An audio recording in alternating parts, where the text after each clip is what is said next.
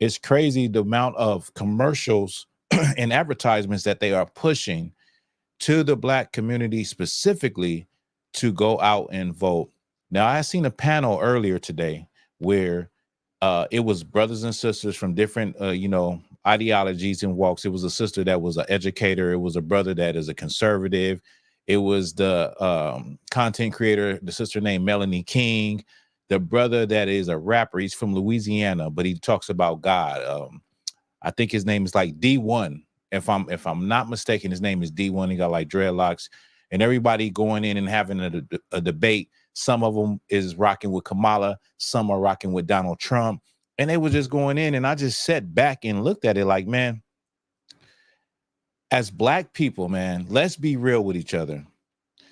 Our community is at the morality, the way we carry ourselves, the things that are permissible in our community is at a all-time low. So why would we think that a specific candidate could ever affect that type of change? I think a lot of people will agree with me and say that Barack Obama is a better candidate. Even though he's a past president, he would have been, for the people that believe in voting and the president making a difference, Barack Obama would have been a better candidate than Kamala Harris or Donald Trump.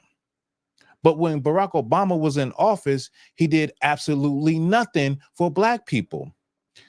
Unarmed Black men being shot by the police was at an all-time high, and yet Barack Obama did not do anything to curtail that, to stop that. Didn't even speak on it.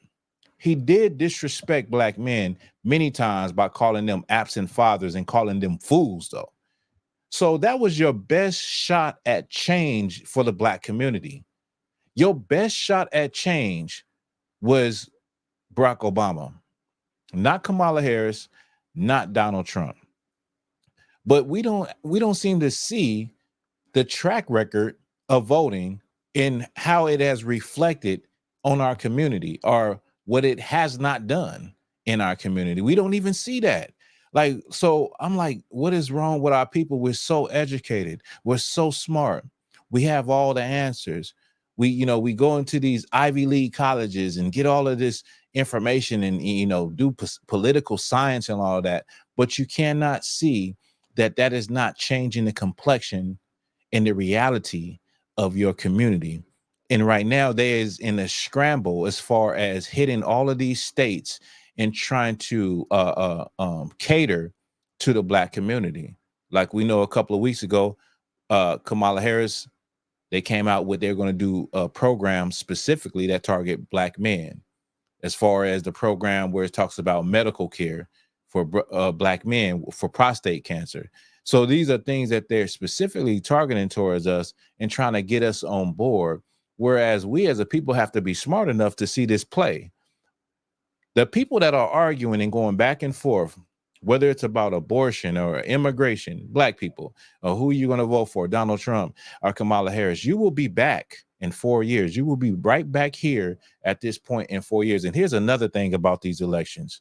This is something that you really need to pay attention to, because there's a video right now with some Black women. It was a white man, a Donald Trump supporter. He goes in to vote. I think they were upset that he had a MAGA hat on. Told him to take the hat off in order to vote. So the sisters got real emotional in their feelings, like women do, got real emotional over this man that has his right, that it's actually his kingdom, getting upset with him for having a MAGA shirt, a MAGA hat on, and then it turns into a big altercation, right? But what you have to watch out for is whether Donald Trump wins or Kamala Harris wins. You're going to have to watch out for the reaction and the violence that could ensue after it. You're going to have to remember who you are and where you at. These people, you remember a couple years ago when they had tiki torches and going crazy in the streets. You're going to have to remember where you at. This is not a game. This is not a game at all. So whether Donald Trump wins or Kamala Harris wins, in my opinion, in my hypothesis is that there is going to be violence on the streets. There's going to be some things that's going to crack off in the streets, no matter who wins, because all the cards are on the table. And what Black folks have to do, once again, like what I said, is you have to look at the track record of voting. You have to look at the track record of our ancestors. Many of the people today, especially this generation, have no clue of what our ancestors went through and what they didn't want and what they did want. Let me just tell you, I'm sure many people heard of 40 Acres and a Mule. You heard of 40 Acres and a Mule, that Black people was owed 40 acres and a mule, but you don't know the story behind 40 Acres and a Mule. But I'm going to keep it real simple. When Black people got out of slavery, Black people came to the negotiating table. Now, these were some Black leaders, Christian pastors. They came to the negotiating table with the United States Cavalry. And what Black people wanted was land. They wanted land to their own, and they didn't want to have to live around the folks who just had them enslaved. They didn't want to be around them. The Black people at this time felt that they would be self-sufficient within some years. So they wanted to be separate from the people who just had them enslaved. That was the original agreement of 40 Acres and a Mule. That was the thought process of the Black people then. Not necessarily now, but that was the thought process. So they wasn't thinking about voting. They wasn't thinking about assimilating. They wasn't thinking about integrating. They was thinking about sticking to themselves, and they had faith in themselves that in a few years they would be self-sufficient. They didn't have to go to another people to say, oh, I want this candidate, that candidate, and they're going to make my community better. If Black people had the same amount of faith in themselves that they have in this voting process, this election process, we would be the top nation. We would be okay. We would have everything we need and nobody would lack. We could police ourselves. We could build a small military. We can feed the homeless in our community. We can do all of the things that you see governments do. If we had a little bit of faith, that